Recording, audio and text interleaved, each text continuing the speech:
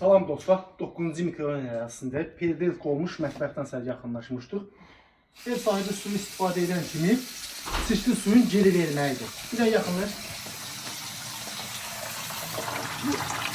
Çox adam başına gəlib belə problem. Aslında çox vaxt rast gələn problemlər periodik olmuş mətbəx bir usta düzgün qoşulmayan xəttlər.